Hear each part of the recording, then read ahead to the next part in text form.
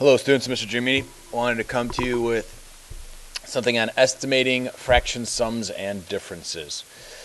Now, you will notice that these are all differences, which I think if you can estimate with fractions, it really helps translate to future success with adding fractions with unlike denominators, because it gives you an idea, especially for that kind of denominator, of what a ballpark answer should look like, so we don't get our answer that's really far off, either too large or too small. So estimating with fractions really gives us a better idea of our number sense and how to work with fractions. So take a look at the first one, number 16, and I'm going to write 3 and 4/7 here.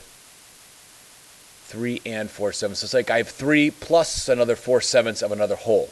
And I'm going to subtract from that 1 and 1/9. Now, I'm going to estimate this. Now, obviously, I'm not going to estimate the whole number, so I'm going to bring the 3 right down. What I'm really focusing on is this 4/7 and this 1/9. So I'm going to put 3 plus, because it's plus this 4/7. Now, I know half a 7 is 3.5. Well, 4 is real close to 3.5, much closer to 3.5 than it is to 7. So I'm going to round this to a half. And maybe I should backtrack here and say, remember yesterday we talked about you're going to round fractions to either 0, 1/2, oh, my pen, there we go, 1/2, or 1 whole. So I'm going to round that to 1/2. Now I'm going to put my minus sign. Now 1 just stays 1, so I bring the 1 right down. I'm going to draw my arrow that I rounded 4/7 to 1/2. Now 1/9. Half of 9 is 4.5. Now 1 is not very close to 4.5. It is close to 0, so that's why I'm just going to say, hey, 1 plus 1/9. 1/9 actually just becomes 0. Okay, now what I'm going to do is I'm going to add. So I have 3 plus a half. That gives me 3.5.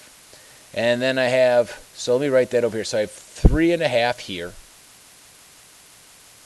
minus 1, and then plus 0. Well, adding 0 is like adding nothing, so that is adding nothing. So I'll just leave it like this. So I have 3.5 plus 1. So I have $3.50. I just spent $1, so that's going to equal 2.5. That's my estimate now. These are not exact. So 2.5 would be my answer for number 16. 2.5. Again, an estimate, not an exact. Estimates are nice to give me an idea, so that I know if I were to find an exact answer, I should have an answer roughly around 2.5. Might be a little more, might be a little less, but that gives me a nice area of what I should be looking at, a nice kind of ballpark if I want to talk about that.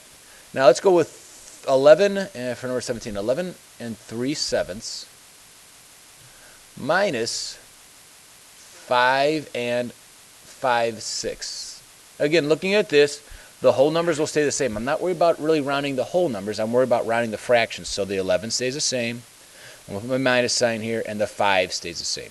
What I'm focusing in on is the 3/7. That's the fractional part of the mixed number, and 5/6. That's the fractional part of this mixed number. Okay, 3/7. Again, I focus on the denominator. 7. Half of 7 is 3.5. Well, this is 3. That is much closer to being 3.5 than it is being 0. If I were to round it to, remember, we're thinking about 0, a half, or 1. Or rounding it up to, like, let's say 6 or 7 would mean rounded up to 1 whole, and that's not that close. So I'm going to say that this is the same as a half. So I'm going to say, hey, 11 plus a half minus 5. Now I have, what is this 5/6 round to? Well, half of 6 is 3. If I had all the 6, I'd have 6/6. Well, I have 5 of the 6. That's pretty close to having 1 whole. So that actually just becomes, I'm going to round that up to 1 whole. So if I take a look, I have 11 plus a half minus 5 plus 1. So I have 11 plus a half is 11.5. 11.5 minus 5 plus 1. 11.5 minus 5. Well, let's see here. 11.5 minus 5. Would that give me a 6.5? Yes.